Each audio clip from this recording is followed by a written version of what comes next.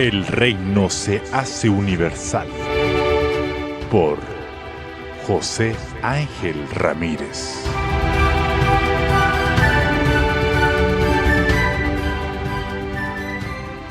Abramos nuestras Biblias en Mateo, el Evangelio según San Mateo, capítulo 15, verso 21.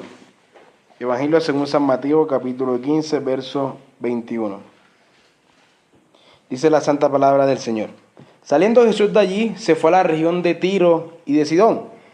Y aquí una mujer cananea que había salido de aquella región clamaba diciendo: Señor, hijo de David, ten misericordia de mí.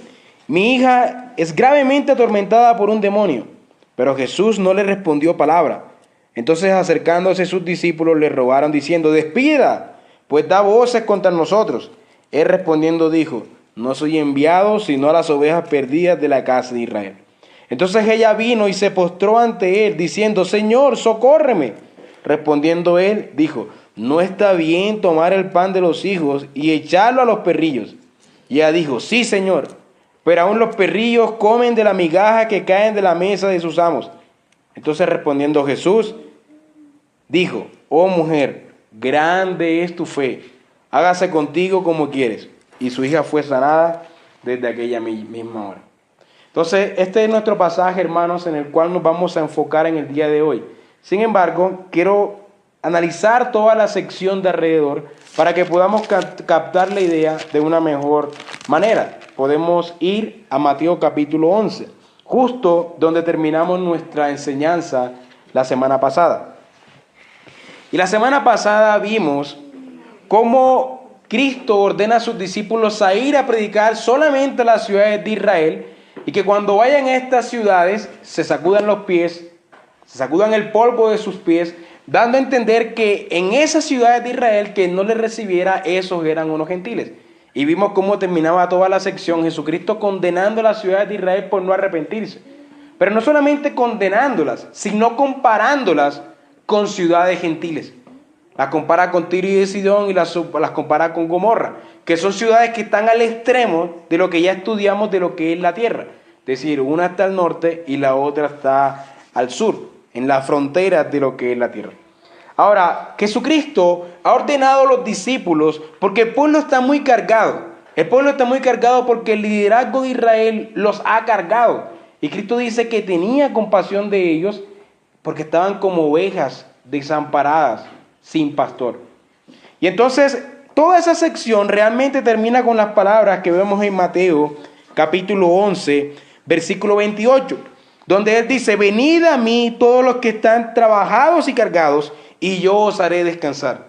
Llevar mi yugo sobre mí, y aprended de mí, que soy manso y humilde de corazón, y hallaréis descanso para vuestras almas, porque mi yugo es fácil y ligera mi carga. Es decir, ante las cargas que han puesto los fariseos sobre el pueblo, los que han puesto el liderazgo de Israel sobre el pueblo, Cristo dice: vengan los que estén cargados, lleven mi yugo, que es mucho más fácil, porque el pueblo estaba justamente cargado.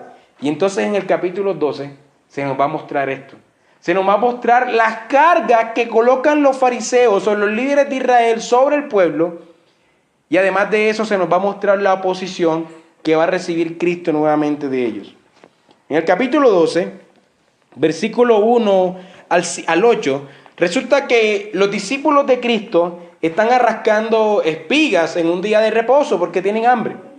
Y los fariseos se acercan y le dicen: no les es permitido arrancar espigas. Porque los fariseos decían que había 39 cosas que no se podían hacer en día de reposo, incluyendo arrancar. Ellos aquí no estaban trabajando, sin embargo ellos estaban arrancando algo para comer. Y en ese momento se oponen a Cristo y dicen: tus discípulos no pueden hacer esto en día de reposo. Y Cristo les dice que Él es Señor del día de reposo. Él es superior al día de reposo. Y en el mismo contexto él dice que Él es superior a David y que Él es superior a los sacerdotes. Y dice: he aquí, uno más grande que el templo está aquí. Es decir, Cristo es más grande que el templo, Cristo es más grande que los sacerdotes, Cristo es más grande que David y Cristo es más grande que el mismo día de reposo. Esa es la respuesta de Cristo ante estas cargas que los fariseos quieren imponer a sus discípulos. Pero inmediatamente se nos narra la historia en el versículo 9 al 14, de un hombre que tenía la mano seca. Y Cristo entró a la sinagoga en un día de reposo y le dijeron, ¿es lícito sanar a un hombre en día de reposo? Y Cristo dijo, ¿qué debe hacerse en día de reposo? ¿Hacer el bien o hacer el mal? Si un hombre tiene 100 ovejas y pierde una, ¿no deja las 99 y va en busca de la otra en día de reposo? ¿El hombre no hace lo bueno en día de reposo? Y ellos callaban. Entonces Cristo viene y sana al hombre de la mano seca. Y aquí nuevamente se declara como más grande que el día de reposo. Él es más grande que este día. Y luego en el capítulo 12, versículo 22, ocurre un hecho muy interesante. Cristo libera a un endemoniado y le dicen que él expulsa a los demonios por Belcebú. Y Cristo dice que él no los expulsa por Belcebú, que eso es una blasfemia contra el Espíritu Santo. Que al contrario, él ha atado a Satanás y los milagros que él hace se deben a que el reino de Dios ha llegado. Pero notemos cómo estos fariseos se están imponiendo o oponiendo ante el ministerio de Cristo. Ante esto, Cristo reacciona de dos formas. La primera forma es anunciando que el evangelio se va a extender a los gentiles. En el capítulo 12, versículo 15 dice lo siguiente. Sabiendo Jesús, se apartó de allí y le siguió mucha gente y sanaba a todos. Y les encargaba rigurosamente que no lo descubriese, para que se cumpliese lo dicho por el profeta Isaías cuando dijo, he aquí mi siervo, a quien he escogido, mi amado en quien se agrada mi alma. Pondré mi espíritu sobre él y a los gentiles anunciará juicio.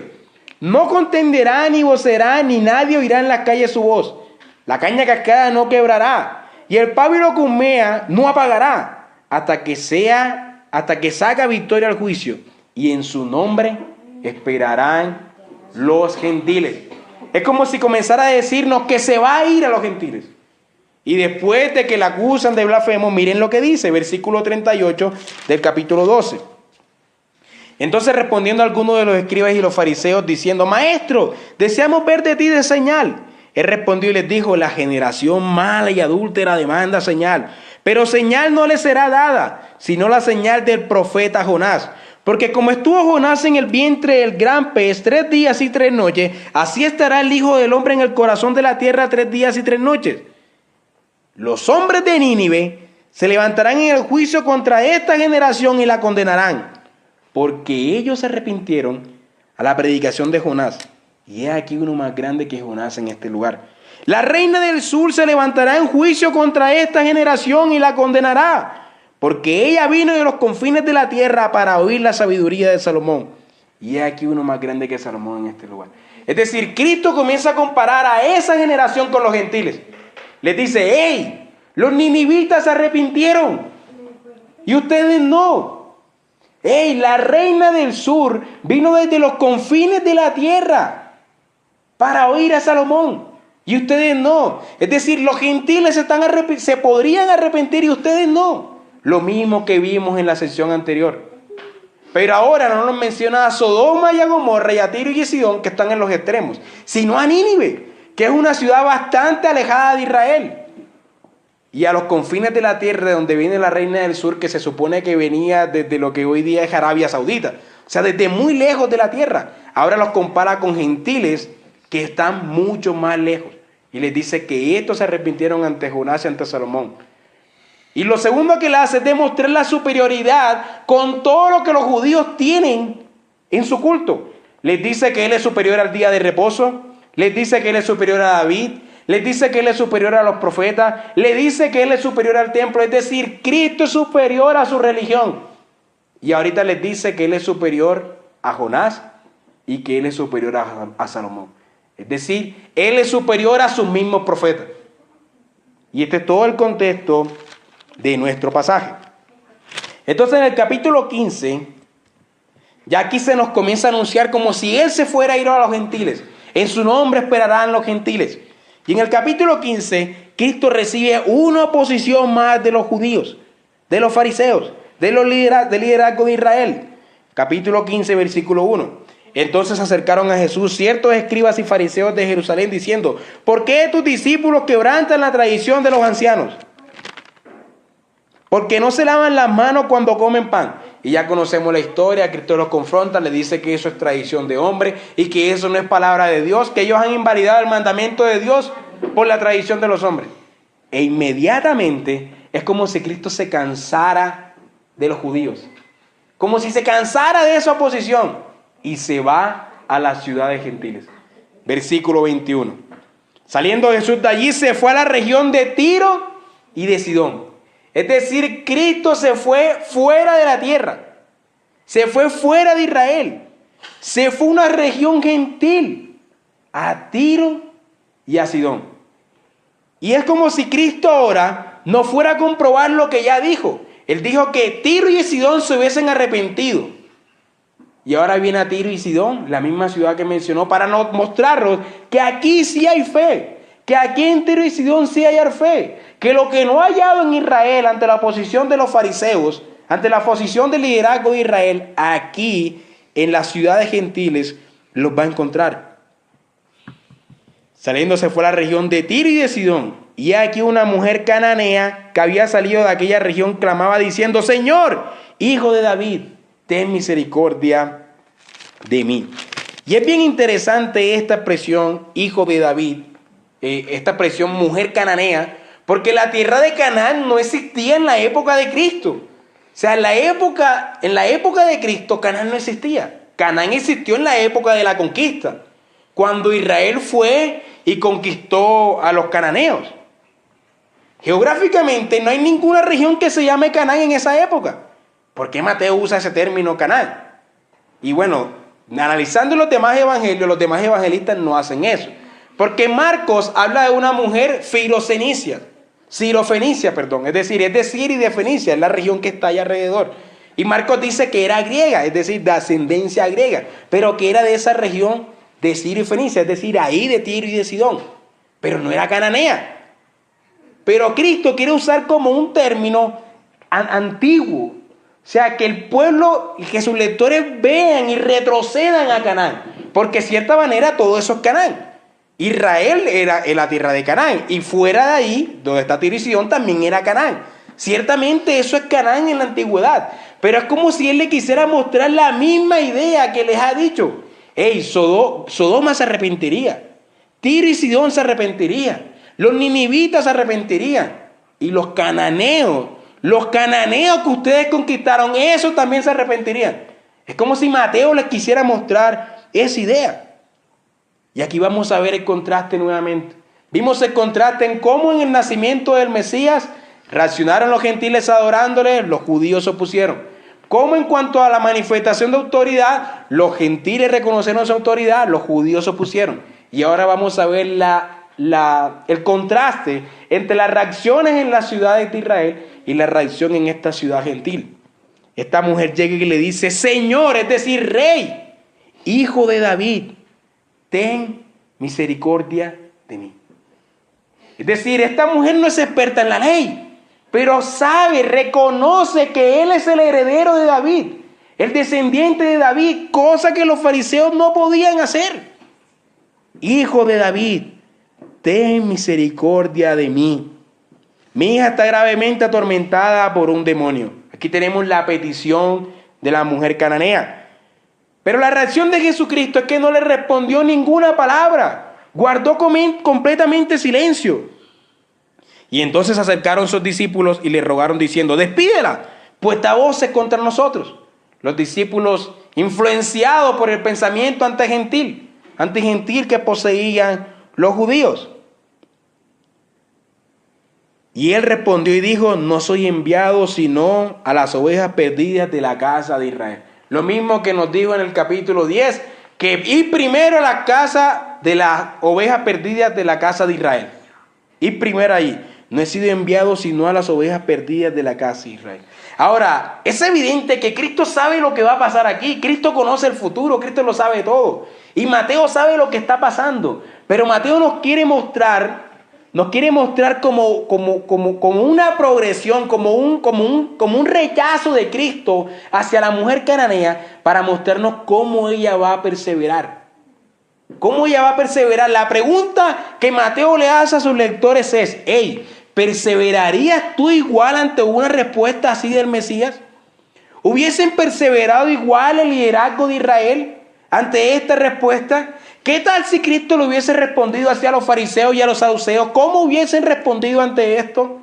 Bueno, miremos cómo responde la mujer cananea. Él respondió y dijo: no soy enviado sino a las ovejas perdidas de la casa de Israel. Entonces ella vino y se postró ante él diciendo: Señor, socórreme. Pide auxilio ella: Señor, rey, ayúdame. Y nuevamente respondiendo él dijo: no está bien tomar el pan de los hijos y echarlo a los perrillos. Hermanos, esto es una declaración humillante. De cierta manera, Cristo la está llamando un perrito. ¿Sí? ¿Cómo hubiesen reaccionado los fariseos ante esto? De hecho, los fariseos ya habían reaccionado en el capítulo 12 ante una dura respuesta de Cristo. Habían tomado consejo para destruirle. Pero aquí, ante una respuesta dura de Cristo, ¿cómo reaccionaría un gentil? ¿Cómo reaccionaría esta mujer cananea? ¿Cómo reaccionarías tú ante esta respuesta? No es los perrillos. Y ella dijo: sí, Señor, pero aún los perrillos comen de la migaja que caen de la mesa de sus amos. Esta mujer está perseverando en lo que ella quiere. Y no le importa si Cristo la considera gentil o lo que sea. Ella reconoce que Él es Señor. Ella reconoce que Él es hijo de David. Ella reconoce que Él puede actuar, que Él puede obrar, que Él puede sanar a su hija. Ella lo reconoce. Tiene una fe que no se ha hallado en Israel. Tiene esa fe. Y por eso Mateo nos narra esta historia con estos lujos de detalles, cosa que no hace Marcos. Marcos no narra estos lujos de detalles. Mateo sí, para mostrarnos esa perseverancia. Y entonces respondiendo Jesús dijo: oh mujer, grande es tu fe. Es como si se nos estuviera repitiendo la misma expresión que ocurrió con el centurión romano. Grande es tu fe, ni aún en Israel he hallado tanta fe. Oh mujer, grande es tu fe. Hágase contigo como quiere. Y su hija fue sana desde aquella misma hora. Se cumplió el propósito de Mateo de por qué Cristo fue a Tiro y a Sidón. Para demostrar que allí sí había fe. Fe para perseverar. Fe que no había en las ciudades de Israel. Las ciudades de Israel no reaccionaban con fe, sino con incredulidad, con oposición. Pero aquí no era con oposición, sino con perseverancia. Con perseverancia. El contraste es claro aquí en Mateo. Es impresionante, hermano. ¿Y cómo reaccionamos nosotros los gentiles? ¿Cómo reaccionaríamos nosotros ante esta declaración de Cristo? No he sido enviado sino a las ovejas perdidas de la casa de Israel. No es bueno tomar el pan de los hijos y echarlo a los perrillos. Israel es hijo y ustedes son perrillos. Qué humillante parecería ser. Pero Mateo no quiere mostrar esto para mostrar que Cristo es orgulloso, sino para mostrarnos la perseverancia de esta mujer cananea, que ante tal oposición, ella persevera. Ante tal oposición, ella está dispuesta a perseverar. ¿Quién es hijo aquí? ¿Quién está siendo el verdadero hijo? ¿La mujer cananea? ¿Los judíos? ¿Quién está siendo el hijo y quién está siendo los perrillos realmente en esta narración? ¿Quién está siendo el verdadero gentil? ¿Es la mujer cananea un gentil de acuerdo a lo que ya estudiamos? ¿De acuerdo a lo que estudiamos en la enseñanza pasada? No. Esta mujer geográficamente vive fuera de la tierra, pero ella es israelita. Ella es una verdadera israelita. Y es bien interesante que se use este término cananea, porque los cananitas se hubiesen arrepentido incluso ante la predicación del Mesías. Pero estos no. Los israelitas no, tienen su corazón endurecido. E inmediatamente en el capítulo 16 se nos pasa a mostrar algo parecido. Nuevamente otra oposición de los fariseos, capítulo 16, versículo 1. Vinieron los fariseos y los saduceos para tentarle. No para rogarle, no para interceder, no para perseverar, sino para tentarle, para buscarle piedra de tropiezo. y le pidieron que le mostrase señal del cielo. Mas él respondió y les dijo: cuando anochece, decid buen tiempo, porque el cielo tiene arreboles. Y por la mañana, hoy habrá tempestad, porque tiene arreboles el cielo nublado. Hipócritas, que sabéis distinguir el aspecto del cielo, mas la señal de los tiempos no podéis. La generación mala y adúltera demanda señal, pero señal no le será dada, sino la señal del profeta Jonás. Y dejándole, se fue. Nuevamente, oposición del liderazgo de Israel. ¿Y qué hace Cristo? Hermanos, lo mismo que hizo en el capítulo 15. Se va a las ciudades gentiles. Versículo 13. Viniendo a Jesús, versículo 13 del capítulo 16. Viniendo Jesús a la región de Cesarea de Filipo, otra región gentil en el norte de Israel, en Siria, preguntó a sus discípulos diciendo: ¿quién dicen los hombres que es el Hijo del Hombre? Ellos dijeron: uno Juan el Bautista, otros Elías, y otro Jeremías o alguno de los profetas. Y él les dijo: ¿y vosotros quién decís que soy yo? Respondiendo Simón Pedro dijo: tú eres el Cristo, el Hijo del Dios viviente. Entonces le respondió Jesús: bienaventurado eres, Simón, hijo de Jonás, porque no te lo reveló carne ni sangre, sino mi Padre que está en los cielos. Y yo también te digo que tú eres Pedro, y sobre esta roca edificaré mi iglesia, y las puertas del Hades no prevalecerán contra ella. Y a ti te daré las llaves del reino de los cielos, y todo lo que atares en la tierra será atado en el cielo, y todo lo que desatares en la tierra será desatado en los cielos. Entonces mandó a sus discípulos que a nadie dijera que él era Jesús el Cristo. Pregunta: ¿por qué Cristo tiene que ir a Cesarea de Filipo para hacer esta declaración? ¿Por qué tiene que ir a una ciudad romana, a una ciudad gentil, a la ciudad más pagana de toda esa región? ¿Por qué tiene que ir a hacer esta declaración de que en ese lugar sobre sus discípulos establecerá la iglesia?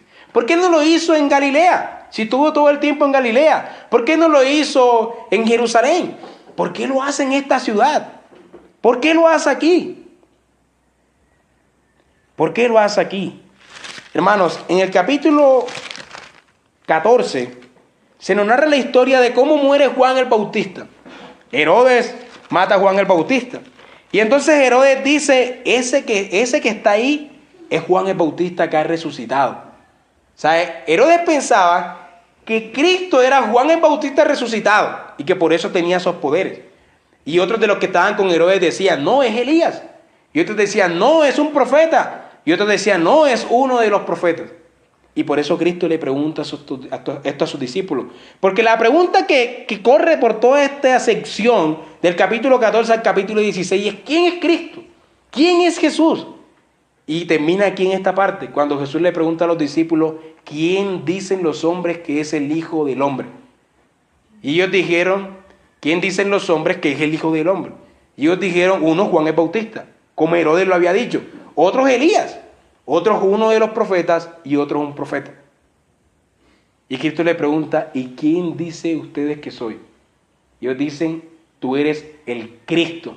Aquí ellos comienzan a reconocer que Él es verdaderamente el esperado, el ungido, el rey, el que ellos estaban esperando. Y lo hacen en la región de Cesarea de Filipo. Esta región, hermanos, era una región fundada por los romanos, una ciudad fundada por los romanos. De hecho, su nombre tiene el nombre de un emperador romano. Tenía el templo pagano más grande de la región. Y los teólogos creen que cuando Cristo está dando estas palabras, está al frente de ese templo. Es decir, Cristo esperó ir a ese templo y a esa ciudad para hacer esta declaración, porque hay dos propósitos aquí.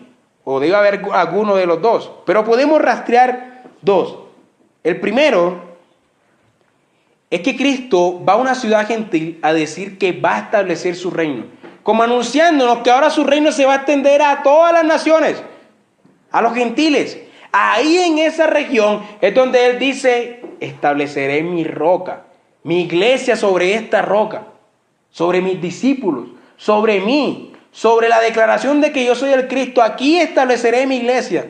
Pero lo dice en una ciudad gentil, dándonos a entender que ahora su reino se va a extender a los gentiles y a todas las naciones. Ese es el primer propósito. Y el segundo propósito es porque Cristo dice, y las puertas del Hades no prevalecerán contra mi iglesia.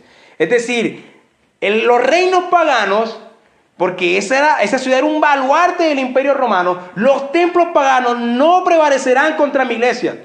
Cristo está declarando el fin del imperio romano.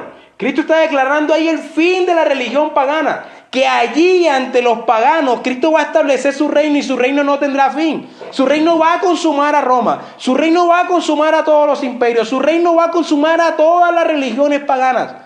Cristo está anunciando el fin de esos reinos. Le está declarando la guerra. Les dice, y las puertas del Hades no prevalecerán contra mi iglesia. Es decir, ellas no detendrán el avance de mi iglesia. Mi iglesia irá avanzando. Mi iglesia irá creciendo y estas puertas no lo detendrán. No es el Hades el que está atacando a la iglesia, es Cristo el que se fue a Cesarea de Filipo a atacar al paganismo, a atacar al imperio romano. Cristo ha ido ahí a anunciar el avance de su iglesia. Pero además de eso, Cristo dice, y a ti te daré las llaves del reino.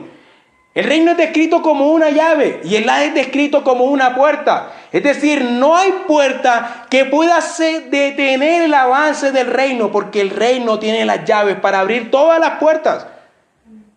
En las ciudades antiguas, bueno, yo vengo de una ciudad que es una ciudad amurallada, es una ciudad completamente rodeada de muros y tiene una puerta. Y se supone que cuando los enemigos atacan por las puertas para derrumbar la puerta y entrar a la ciudad y conquistarla. Cuando la puerta de una ciudad está derrumbada, pues ya está conquistada, porque ya la guerra pasa adentro. ¿Sí? Imagínense esa escena, lo que Cristo está ilustrando. El Hades es una muralla que tiene una puerta. Y la iglesia está atacando esa muralla, pero está atacando por la puerta. El Hades está activamente, porque la voz que aparece aquí en griego es una voz activa, está activamente defendiendo las puertas. Pero la iglesia tiene las llaves. La iglesia tiene las llaves para abrir estas puertas y conquistar estas ciudades y conquistar estos reinos.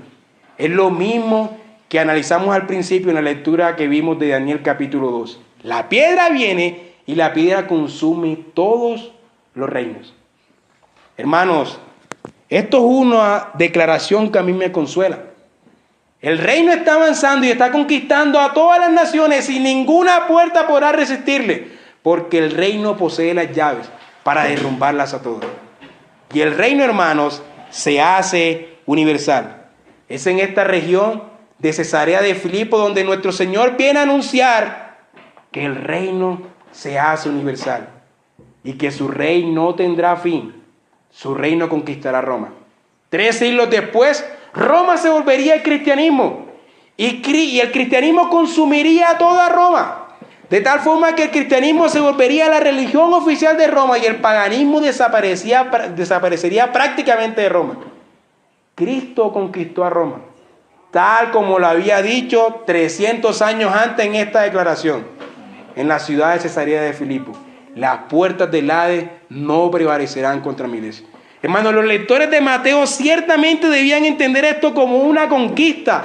Cristo estaba desafiando a Roma, Cristo estaba desafiando al Hades, pero no la conquistaría con la espada como Pilato pensaba. No, sino que lo conquistaría con su palabra, con el Espíritu Santo, con la predicación de la palabra. Así fue como el cristianismo conquistó Roma, no alzándose en armas, sino predicando la palabra. Y cuando moría uno, aparecían 10. Por eso los historiadores dicen, y los mártires son la semilla de la iglesia. Porque cuando moría uno, aparecía más. Mientras más los perseguían, más crecía. Pero ellos no perseguían a nadie. Bueno, antes de que conquistaran Roma, después se lo hicieron. Ellos no perseguían a nadie en ese momento. Ellos conquistaron a través del ejemplo de la predicación y del Espíritu Santo. Las armas de nuestras milicias no son carnales, sino poderosas en Dios para la ¿qué? Para la destrucción de fortalezas, llevando todo pensamiento cautivo a los pies de Cristo. Vamos a terminar leyendo el Salmo 98 para adorar a este Rey. Salmo 98. Cantad a Jehová cántico nuevo, porque ha hecho maravillas. Su diestra lo ha salvado, y su santo brazo, y Jehová ha hecho notoria su salvación. A vista de las naciones ha descubierto su justicia. Se ha acordado de su misericordia y de su verdad para con la casa de Israel. Todos los términos de la tierra han visto la salvación de nuestro Dios. Cantad alegres a Jehová, toda la tierra. Levantad la voz y aplaudid, y cantad salmos. Cantad salmos a Jehová con arpa y voz de cántico. Aclamad con trompetas y sonido de bocinas, delante del Rey Jehová. Brame el mar y su plenitud, el mundo y los que en él habitan.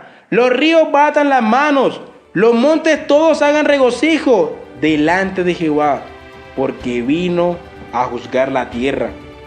Juzgará al mundo con justicia y a los pueblos con rectitud. Hermanos, eso es lo que está haciendo Cristo progresivamente en este mundo. Amén.